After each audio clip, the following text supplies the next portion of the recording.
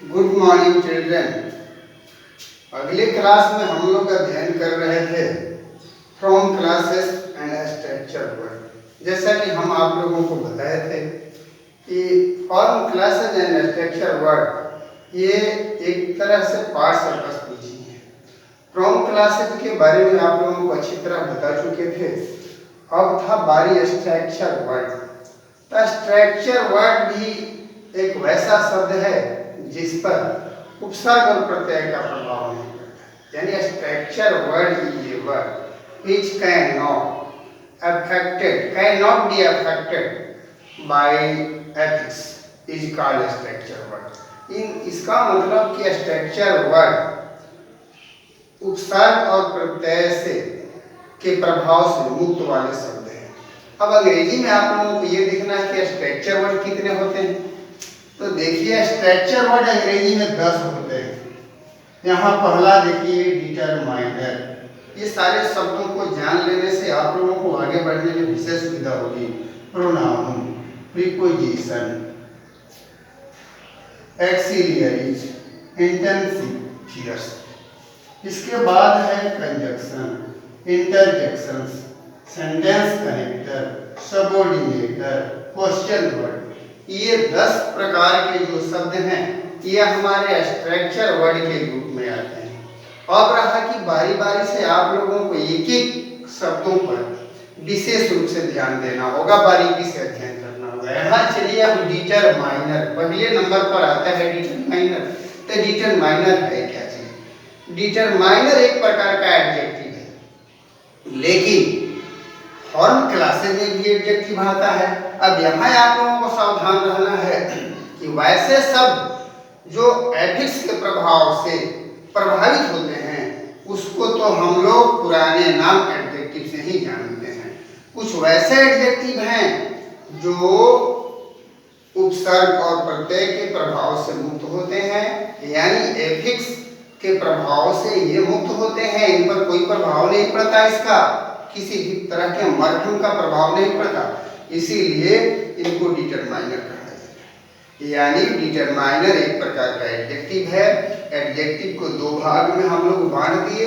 कुछ वैसे एडजेक्टिव जो टेंस, पर्सन, जेंडर के अनुसार अपने रूप बदलते हैं उनको तो पहले ही नाम एडजेक्टिव कहते हैं, और जो लोग अपने रूप नहीं बदलते हैं उन्हीं को डिटरमाइनर।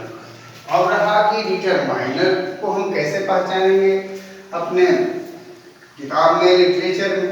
देखिए डिटरमाइनर वह शब्द है जो हमें नाम के आने का सूचना देता है। Determiner is a word which denotes us that noun is coming after me। इस तरह से आप लोगों को ये समझ लेना है कि डिटरमाइनर जहां हम यूज करेंगे उसके बाद हमें नाउन का ही तुरंत यूज करना होगा। अब रहा डिटरमाइनर भाई कितने प्रकार के होते हैं, तो इसके पहले ही आप लोगों को बताया गया कि जितने कुछ एडजेक्टिव हैं जो प्रभावित नहीं होते हैं। जैसे आप देखिए आर्टिकल्स जो हैं ये 3 होते हैं, ए, एन और दी। ये हमारे डिटरमाइनर के ग्रुप में आते हैं। इसके बाद डेमोस्ट्रेटिव एडजेक्टिव जो शब्द हैं ये हमारे डिटरमाइनर हैं। ये भी एफिक्स के प्रभाव से मुक्त रहते हैं, फ्री रहते हैं।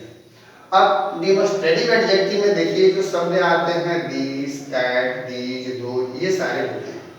अब डिस्ट्रीब्यूटिव एडजेक्टिव होता है, ये सब भी आते हैं हमारे डिटरमाइनर के अंतर्गत।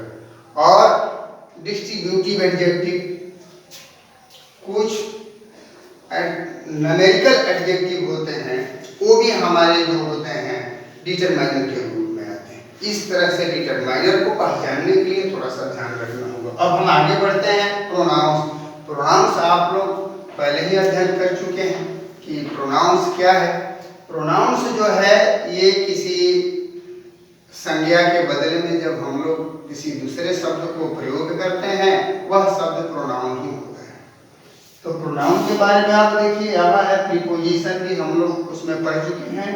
एक्सिलियरी जो आप लोग सहायक क्रिया में पढ़े थे या क्वेश्चन टैग पढ़ते समय उसमें पढ़े थे कि जो एनामोलस फिनिट होता है वही सब एक्सिलियरी हैं। और रहा इंटेंसिफियर, एक शब्द लगता है नया, ठीक एडजेक्टिव के तरह ही एडवर्ब भी हमारे दो भाग में बांटा गया है। एडवर्ब का हमारा दो ग्रुप होता है। एडवर्ब जो है, ये जो ट्रेडिशनल ग्रामर में आप लोग पढ़े हैं, तो वह एडवर्ब जो है वो एफिक्स के प्रभाव से प्रभावित होता है, और कुछ एडवर्ब जो हैं जो हमारे एफिक्स के प्रभाव से प्रभावित नहीं होते हैं, उन्हीं को हम लोग इंटेंसिफायर करते हैं। इस तरह से इन सारे बातों पर ध्यान रखना होगा। बाद बाकी ये 5 शब्द बचते हैं, इनको अगले क्लास में हम लोग बढ़िया से क्लियर कर लेंगे। आज बस इतना ही।